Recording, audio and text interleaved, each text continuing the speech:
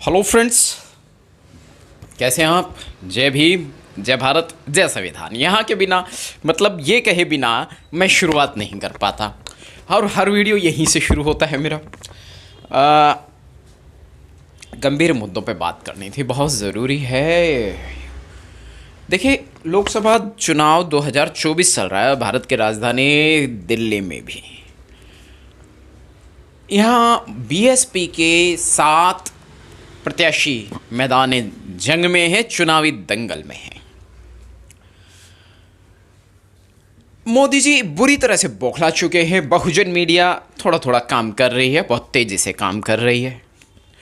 जैसे क्रिकेट के मैदान में शतक लगाया जाता है ना, धीरे धीरे, है ना, उसी प्रकार से। और फिर जब वो मैच पूरा हो जाता है तो उसको कहते हैं धुआंधार बैटिंग की गई। तो इसी प्रकार से बहुजन मीडिया भी अपने स्तर पर अपने जैसे भी हालात हैं उसको मेंटेन करने की कोशिश कर रही है कि हम भी जो है बहुजन वालों की भी एक पार्टी है और उस पार्टी का नाम है बहुजन समाज पार्टी। और मुझे बहुत ज़्यादा खुशी है कि हर अधिकतम बहुजन मीडिया कर्मी बहुजन समाज पार्टी को जो है सपोर्ट कर रहे हैं और उसके लिए इस वक्त लगातार सक्रिय हैं।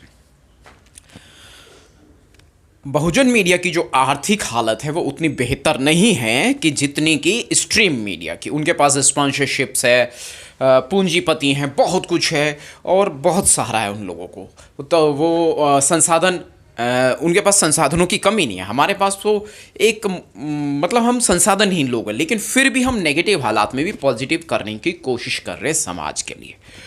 और शत्रुचाल यानी मनोव्यवस्था के द्वारा हमें मतलब जो है ब्लॉक भी किया जाता है। ब्लॉक मीन्स कैसे कहें कि जैसे मुझे ब्लॉक कर रखा है काफ़ी लंबे समय से, तो मुझे तो लगभग, चलिए इस मुद्दे पे मैं बाद में जाऊंगा, लेकिन मतलब बहुत सारे नेगेटिव हालात का मुकाबला करते हुए कुछ करने की कोशिश कर रहे हैं।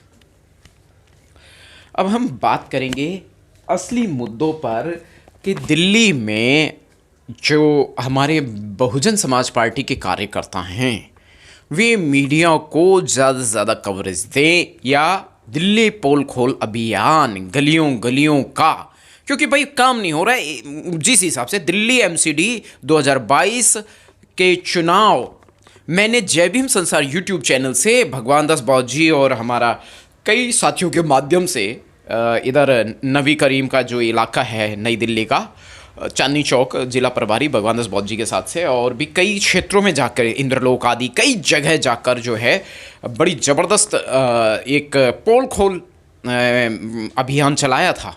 और इसके बाद में सुभाष बिहारी जी के साथ में भी दिल्ली पोल खोल अभियान के अंतर्गत काम किया। इसके दौरान भी, इससे पहले भी, इसके बाद में भी। तो गलियों गलियों का ब्यौरा हमने दिखाया कि जे कॉलोनीज़ का, जहाँ जिन्हें लोग स्लम बस्ती कहते हैं और एक विशेष प्रकार का षड्यंत्र का शिकार है इस एरिया के लोग, जे कॉलोनीज़ के लोग। उसके बाद थोड़ी अच्छी कॉलोनियाँ भी नहीं बची राजनीतिक षड्यंत्रों के चलते। वहाँ पे भी सड़कें तोड़ दी गई और वो निर्माणाधीन कार्य चल रहा है, लंबे समय तक चलता रहेगा। तो दिल्ली की दुर्गति हो रही है। भारत की राजधानी दिल्ली का जब ये हाल होता है, ये मुद्दे मैं अक्सर उठाने लगा। जब भी कोई रिपोर्ट मिलती तो मैं इसी मुद्दों पर फोकस करता कि जब भारत की राजधानी दिल्ली इतनी गई गुजरी हालात से गुजर रही है, पिछड़ रही है, बर्बाद हो रही है, जहाँ का मतलब मतलब ये समझ ली कि राजनीतिक जो पॉलिटिकल डिपार्टमेंट्स हैं वो सारे यहीं हैं, ठीक है, संसद भवन आदि आदि तमाम किस्म के। तो हर एक प्रकार गृह मंत्री यहाँ रहता है दिल्ली में, प्रधानमंत्री दिल्ली में रहता है, राष्ट्रपति जी दिल्ली में रहते हैं। तो कहने का मतलब है जहाँ राजधानी है, इंडिया की कैपिटल अब विश्व में जाना माना जाता है, वहाँ के हालात शत विक्षिप्त, हालात त्रस्तग्रस्त हैं। पानी की, बिजली की, तमाम किस्म की समस्याएं हैं। अभी एक जगह का मेरे को नॉलेज मिली है कि दिल्ली की एक जे कॉलोनी है और यहाँ अभी तक बिजली नहीं है। बिजली नहीं है तो जाहिर सी बात है पानी की भी दिक्कत होती होगी। उधर अभी पर्दाफाश करना बाकी है। उस एरिया के अंदर पहुंचकर वहाँ के हालात दिखाना बाकी है। लोकसभा चुनाव 2024 बहुजन समाज पार्टी यदि दिल्ली में आती है तो तमाम किस्म के सुधार करेगी, इसमें कोई शक नहीं। ये समाज के लिए कह रहा हूँ मैं, देश और दुनिया के लिए कह रहा हूँ मैं, लोगों के लिए कह रहा हूँ, आवाम के लिए कह रहा हूँ, पब्लिक के लिए कह रहा हूँ, भविष्य के लिए कह रहा हूँ, बच्चों के लिए कह रहा हूँ। समाज में जितने भी लोगों के बच्चे हैं, अभी लोगों का सरकारी स्कूलों पर उतना यकीन नहीं रह गया। लोग जो भी जैसा भी उनके पास धन है, उसको प्राइवेट स्कूलों को दे करके अपने बच्चों की शिक्षा पूरी कराने की कोशिश कर रहे हैं। वो चाहते हैं उनके बच्चे अच्छी अंग्रेजी बोले, अच्छा पढ़े लिखे, अच्छा आगे बढ़े, डॉक्टर, वकील, इंजीनियर, और मतलब जो है अपने पैरों पे ठीक ढंग से सही समय पे खड़े हो जाएं, बच्चों को कोई प्रताड़ना ना झेलनी पड़े। तमाम किस्म से सरकारी स्कूलों में शिक्षा का स्तर बहुत ज़्यादा गिरा हुआ है, तमाम किस्म के। हालांकि वहाँ पे कोशिश की जाती है, लेकिन वो बस कोशिश तक ही सीमित रह जाता है। वहाँ सुरक्षा का दृष्टिकोण तो बिल्कुल भी नहीं है। असुरक्षित माहौल रहता है सरकारी स्कूलों में तो कब। तो इस तरीके से अभी द्वारका दिल्ली का भी इन्होंने एक मतलब जो है कई क्षेत्रों में बताया गया, एक बम वाली घटना भी आई जिसके मैं मनीवादी षड्यंत्र मानता हूँ, और उस पर वो लंबा खेलते, लेकिन उसी दिन मैंने उसका पर्दाफाश कर दिया था। मैं ऑन स्क्रीन तो इसका पर्दाफाश नहीं कर सका, लेकिन सोशल में, समाज में मैंने इसका पर्दाफाश कर दिया था कि भाई ये तो इसलिए कर रहे हैं, तांडव कर रहे हैं, ड्रामा कर रहे हैं, और कुछ नहीं है, ये इनका मनोवादी षड्यंत्र है। हिंदू मुस्लिम को टारगेट करने वाली, मुस्लिम को टारगेट करने वाली बात थी इसमें, इस रिपोर्टिंग में, और इसीलिए मैंने इसी को मतलब जो आधार बनाकर उसका खुलासा किया, पर्दाफाश किया। और मनोवादी वर्ण व्यवस्था के इन शातिर अपराधियों ने जो स्क्रीन मीडिया, स्ट्रीम मीडिया के माध्यम से क्या कहें उसको, मीडिया माफिया के माध्यम से जो अफवाह फैलाकर वायरल करके लोगों में दहशत करना चाहते थे, और लॉकडाउन की तरह जो है लंबा प्रोसीजर चलाते, तो वो गेम को ख़त्म कर दिया मैंने उसी समय इसका स्पष्ट खुलासा करके। क्योंकि फिर मैं जब मुझे पता लगा यार ये तो ड्रामा कर रहे हैं, लंबी चीज़ खेल रहे हैं, बच्चों का कई दिन तक स्कूल में, मैंने कहा शिक्षा के दुश्मन हैं, एजुकेशन के शत्रु हैं। कोई पढ़ता लिखता बच्चा इनको अच्छा नहीं लगता, संविधान के, शिक्षा के, आपके हक अधिकारों के, आपके मौलिक अधिकारों के शत्रु हैं। वैसे मैं देखता नहीं है, लेकिन अपना चैनल निकाल रहा था यूट्यूब पे मैं, और उसे स्क्रॉलिंग करते टाइम एक शॉर्ट वीडियो सामने आ गई। उसमें अमरीश पुरी कह रहा है पहले इन्हें हराम की खाने की, फ्री राशन की बात कह रहा हूँ, हराम का खाने दो पहले इन्हें, फिर जब इन्हें हराम का खाने की आदत लग जाएगी, फ्री का खाने की आदत लग जाएगी, उसके बाद हम इनकी प्रताड़ना शुरू करेंगे। वो फिल्म का डायलॉग था, लेकिन यहाँ असल ज़िंदगी में भी ऐसा ही हो रहा है। लेकिन हमारे कुछ बुद्धिजीवी लोग भी कहते हैं कि भाई चलो जो बिल्कुल बेबस लोग हैं उनको कहीं से छोटा मोटा राशन पानी मिल रहा है तो मिलने दो, इसमें ऐतराज़ क्या है। ये बात तो ठीक है, इसमें ऐतराज़ नहीं है, मुझे तो ऐतराज़ नहीं है और होना भी नहीं चाहिए, और हर बुद्धिजीवी वर्ग को इससे कोई ऐतराज़ नहीं है। लेकिन सिर्फ इतना नहीं ना, सरकार की जिम्मेदारी तो कुछ और है। इतना सा करके क्या अपनी जिम्मेदारियों से आप पीछा छुड़ाने लग चाहते हो?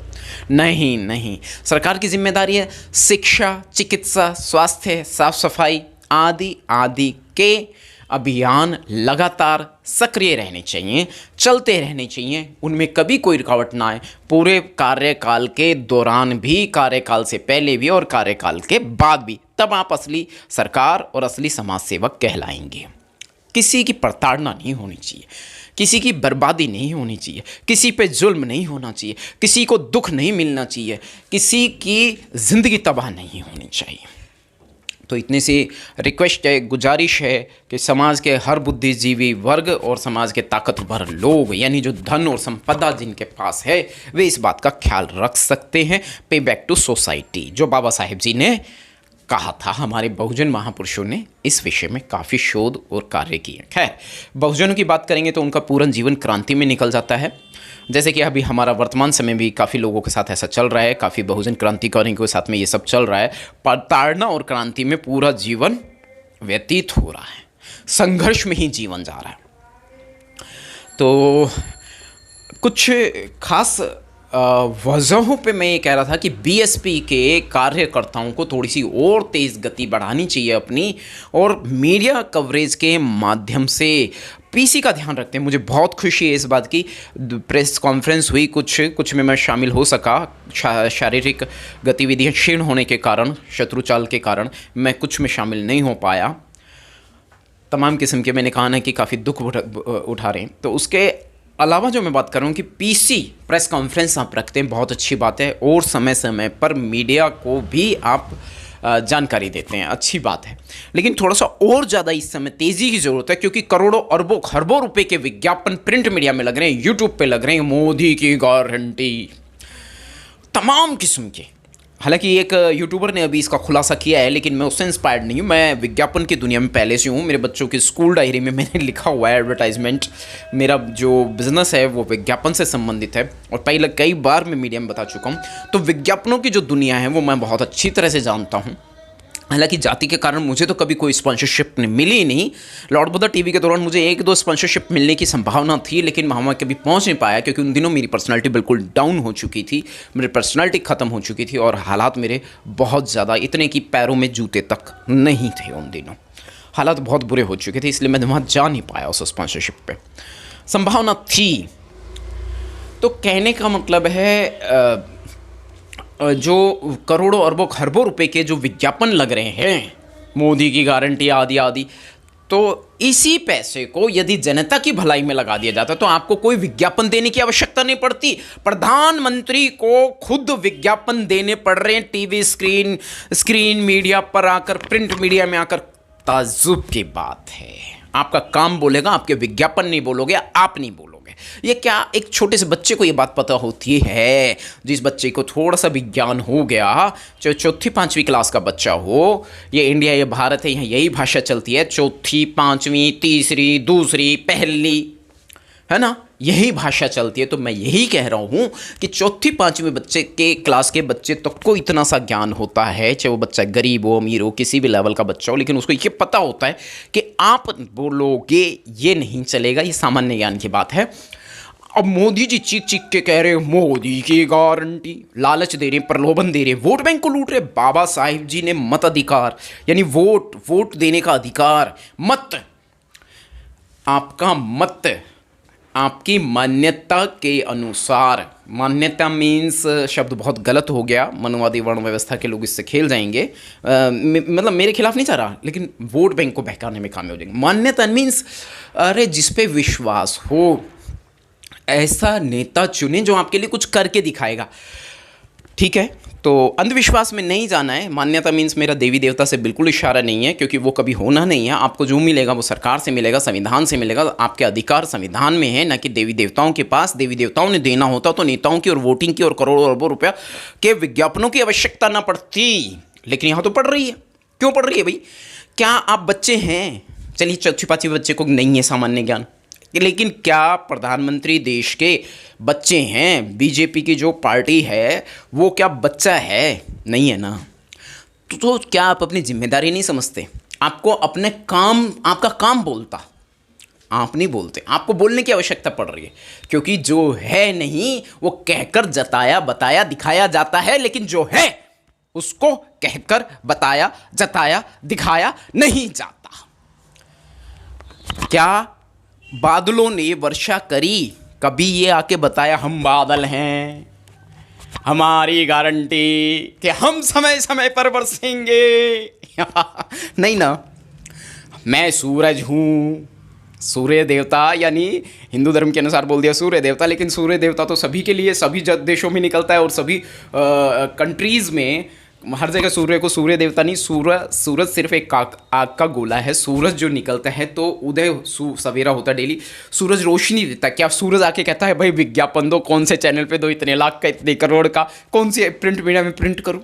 सूरज कहता है क्या कभी? सूर्य सन, ऐसी सन कभी बताता है कि कभी मैं, मतलब, या कोई संतान पैदा होती है तो विज्ञापन देती है क्या कि भाई मैं, मतलब जो है औलाद हूँ, मैं पैदा हो गया, अब मैं विज्ञापन दे रहा हूँ कि भाई आप मुझे माता दूध पिलाओ वगैरह वगैरह, या मेरा ख्याल रखो, या मेरे लिए अच्छे कपड़े खरीदो, आरामदायक कपड़े खरीदो। नहीं, जो है उसको प्रमाण की आवश्यकता है ही नहीं, लेकिन जो नहीं है उसको प्रमाण की आवश्यकता है, दिखावे की ज़रूरत है। स्क्रीन मीडिया जो सोसाइटी में नहीं है वो आपको यहाँ बताया जा रहा है। मैं स्क्रीन मीडिया का एडिटिंग में तमाम किस्म की उसमें बहुत पुराना मतलब मैं हो गया हूँ, संसाधनहीन बनाया गया हूँ जाति व्यवस्था के चलते। लेकिन कोई बात नहीं, हिम्मत और जज्बात अभी बाकी हैं, ये ख़त्म नहीं हुए। जिस प्रकार से मनुवादियों ने, वर्ण व्यवस्था ने या विरोधी तत्वों ने मुझे शिथिल किया है, क्या मैं शिथिल हुआ? क्या मैं रुका? नहीं ना, मैं कंटिन्यू हूं ना। नहीं, मैं जब तक जीऊंगा तब तक कंटिन्यू रहूंगा।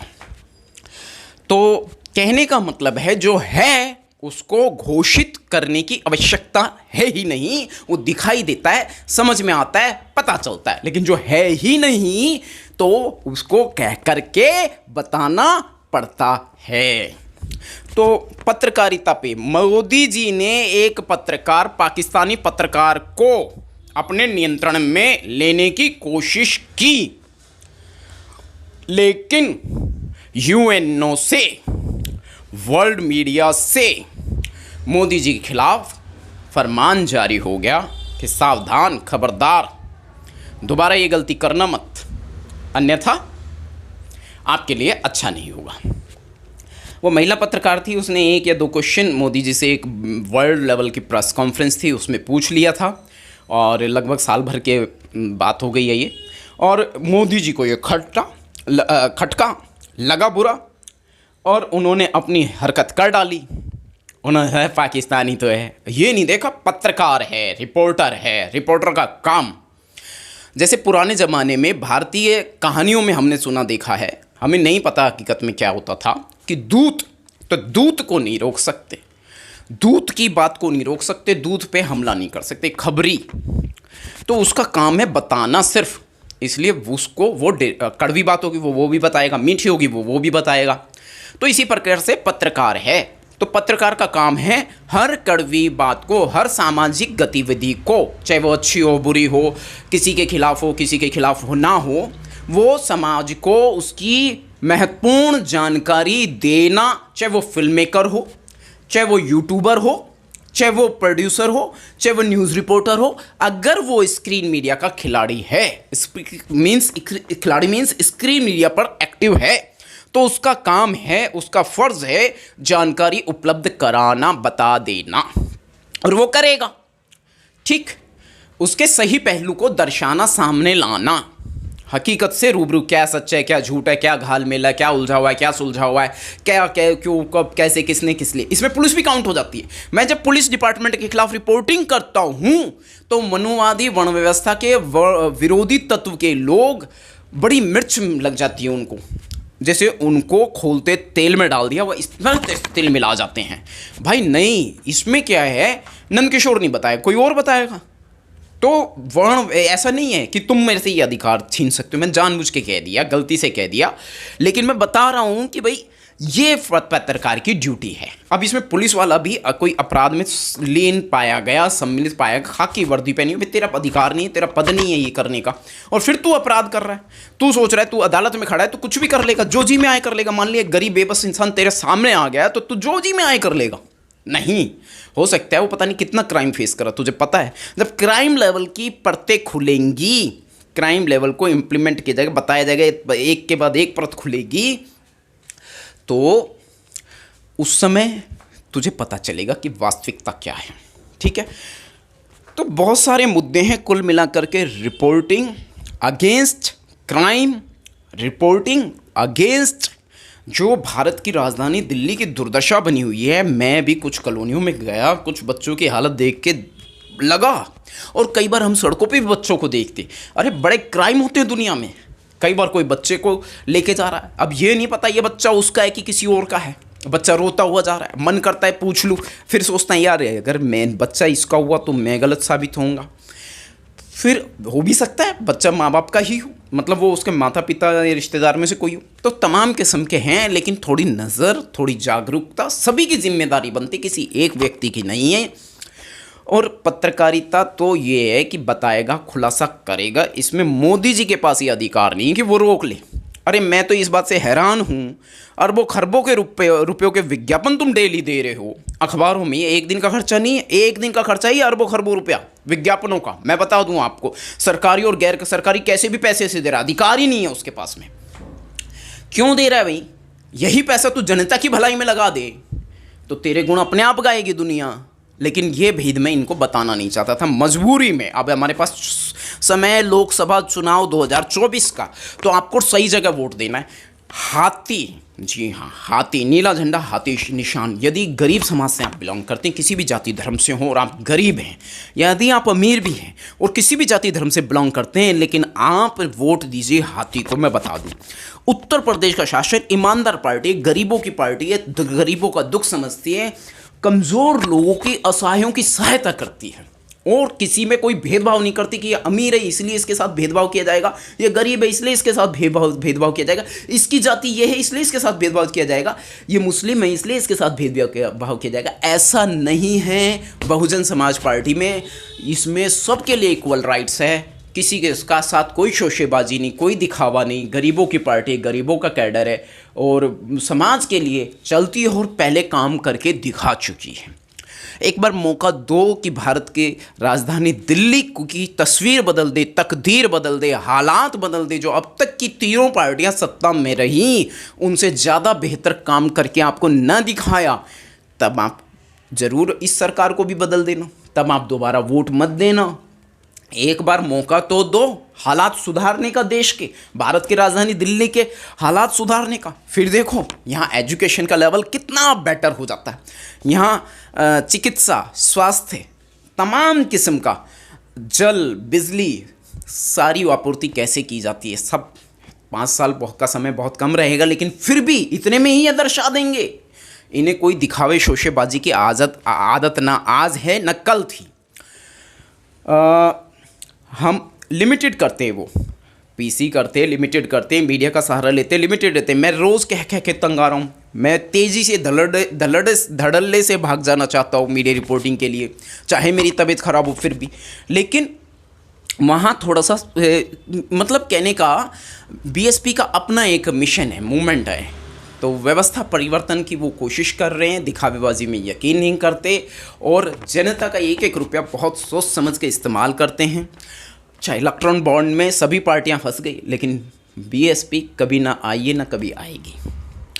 बीएसपी एक मिशन है, एक मूवमेंट है देश की व्यवस्था परिवर्तन का। और मानव एक समान, बौद्ध धर्म की यही पहचान। वो बौद्ध धर्म को इम्प्लीमेंट करने नहीं आ रहे हैं, लेकिन बुद्धिज़्म एक बौद्धिक धर्म है, एक बुद्धि का विकास की गतिविधियों को इम्प्लीमेंट करता है।